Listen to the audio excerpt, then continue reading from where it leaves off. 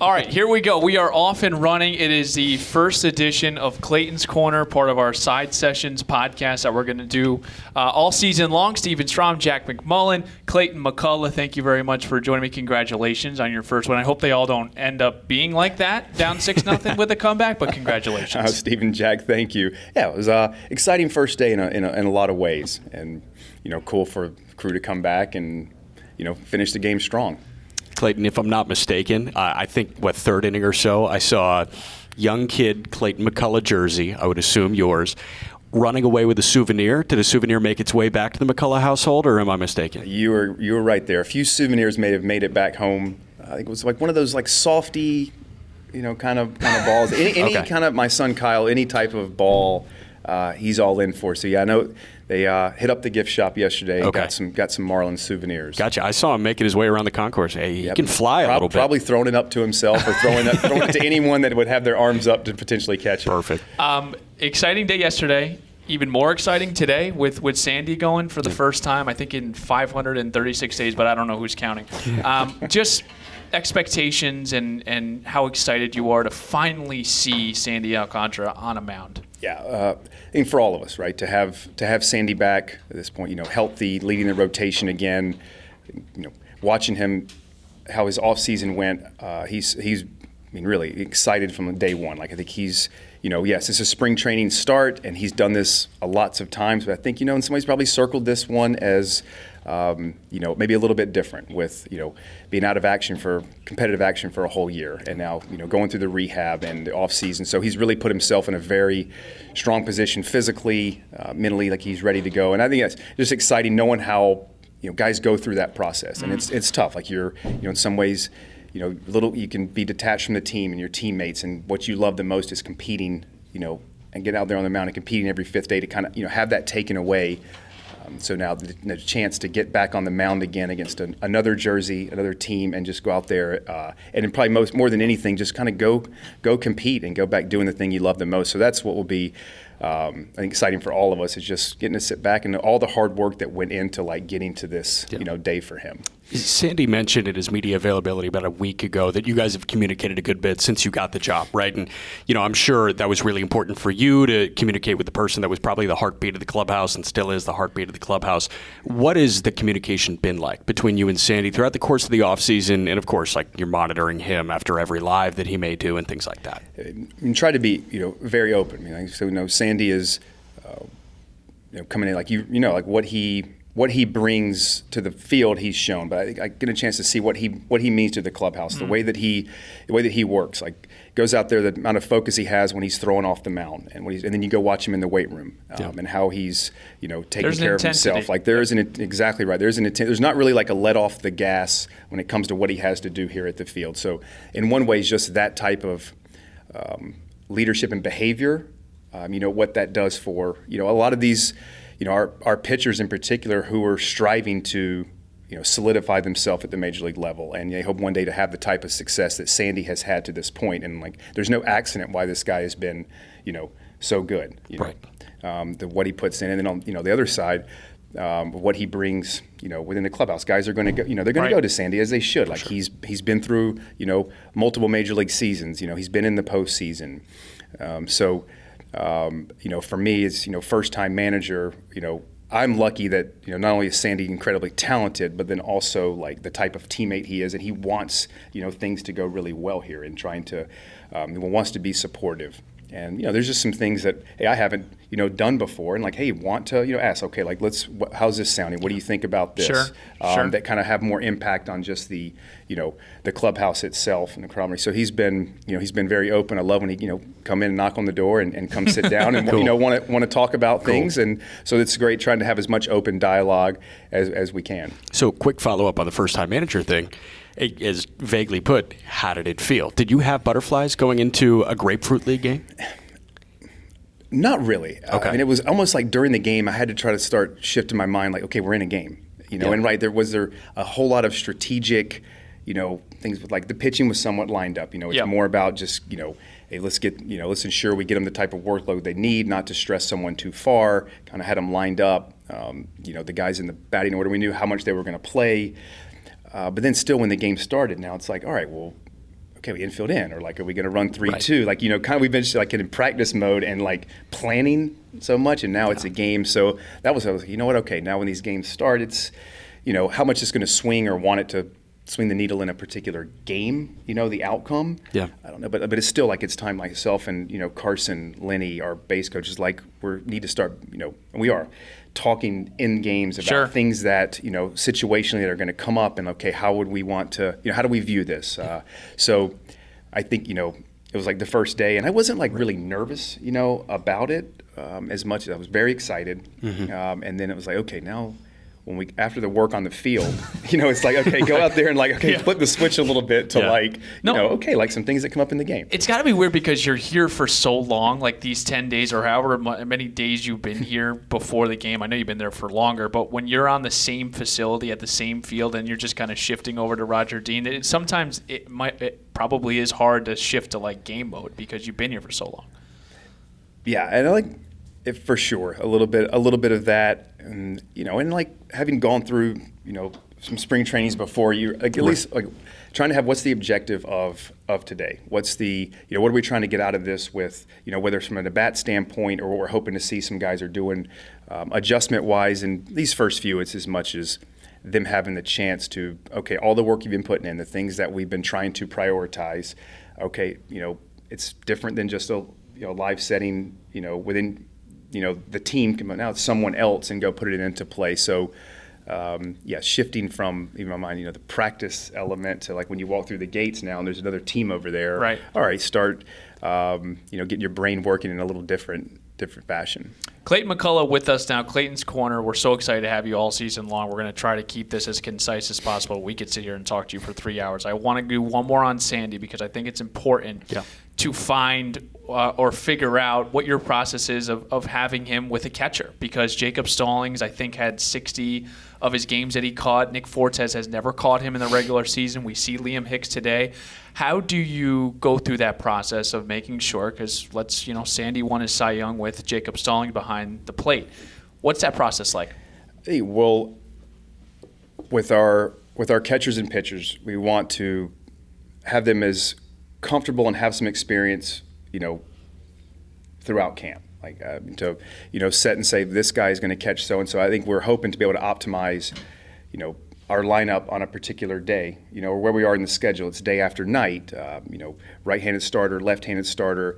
That at least we have the option to be able to do that, and then get through the course of the season how things play out. We can always pivot off of that, but I just think it's more valuable to try to have Nick, Liam get exposure to our potential starting rotation, the guys in the bullpen right now. So Sandy will throw to Liam today.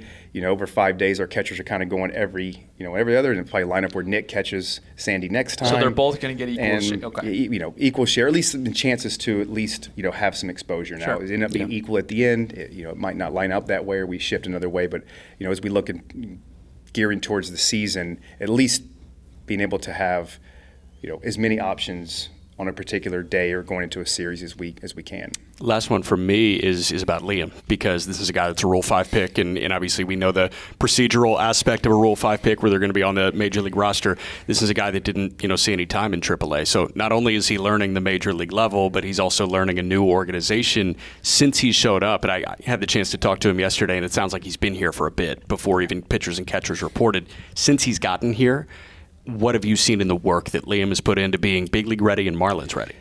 Give Liam a lot of credit for coming here early. I think he's said that as well. Like it made a big difference getting here with Joe Singley, in our catching crew, and starting, for them to work their process of, with the, especially in particular, like, the receiving, the blocking, where it wasn't, hey, first day of pitchers and catchers, and now here you are, and you're learning, a whole new organization, coaches, teammates. Yeah, nice to meet you, pitchers, Liam. right. And then also, hey, we need to go in here. There's some things we feel like we can really, try to capitalize on. And now you're trying to do that as well. So having that, for him, 5 week or so head start, where some of that was just much more of a lower stress time to just work on it. I think have seen from where he was the first few times here till now, like it's really paid dividends. And so now for Liam, now, okay, let's see how that transitions into now, game action when things just start moving a little quicker. But he's been incredibly receptive, worked really, really, really hard. And, like with him, like there's going to be days where it's, there's some ups and downs Sure. with this. But I mean, I think like where he is now from where he was is more, it's a credit to him and Joe for like just, the willingness to be open and go with it. Can we keep you Yeah, for of another 3-4 minutes? Is that cool? You just shut off Come the on, GoPro Steven, when you're let's- ready to walk out. Keep going. It's your show. Managing spring training and seeing these guys behind the net. We see managers or coaches behind the net. Why do you guys do that? And what is the advantage to that? One of the advantages maybe just because the dugouts can get a little packed during spring training. So there's maybe some of it is like Okay. a spacing, especially early when there's a larger contingent of players and staff in the dugout. It's funny you say that. I was sitting there yesterday and just where was you're close to the action, which is great. Sitting out there with Daniel Moscas and Alon Leishman, we're talking, the pitching, and we're, it's a chance we're just kind of talking through as guys their outings, and then I think some of your field of view is a little bit obstructed, like a couple of that ball that Bert hit on the third baseline for that double. Got to stand up and see it. Sure. Didn't really have a good line of sight with Blake, coaching third. So I might adjust that some and get another spot in the dugout. But I think it's like you kind of get yourself separated a little bit from the congestion. Okay. In the dugout. Did not know that. That's probably like Fair. maybe more of that than anything. I understand. Yeah, I was going to say, so like I have seen in previous years, you have just some chairs with no netting in front. Are you that courageous or no chance? I'm not that courageous. Okay, fair. I would. Understood. I want to make sure that I can be out there the next day as well. Fair. And so if we're sitting out there, there'll be a net in front. Got you. Hey, I'm going to go a serious question. The fifth spot in the rotation. This is my last one.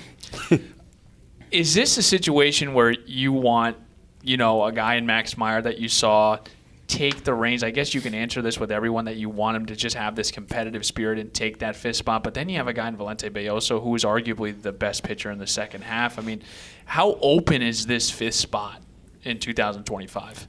I think what is this, February 23rd? Yeah. It's open just with the uncertainty of like what could transpire between now, Sure.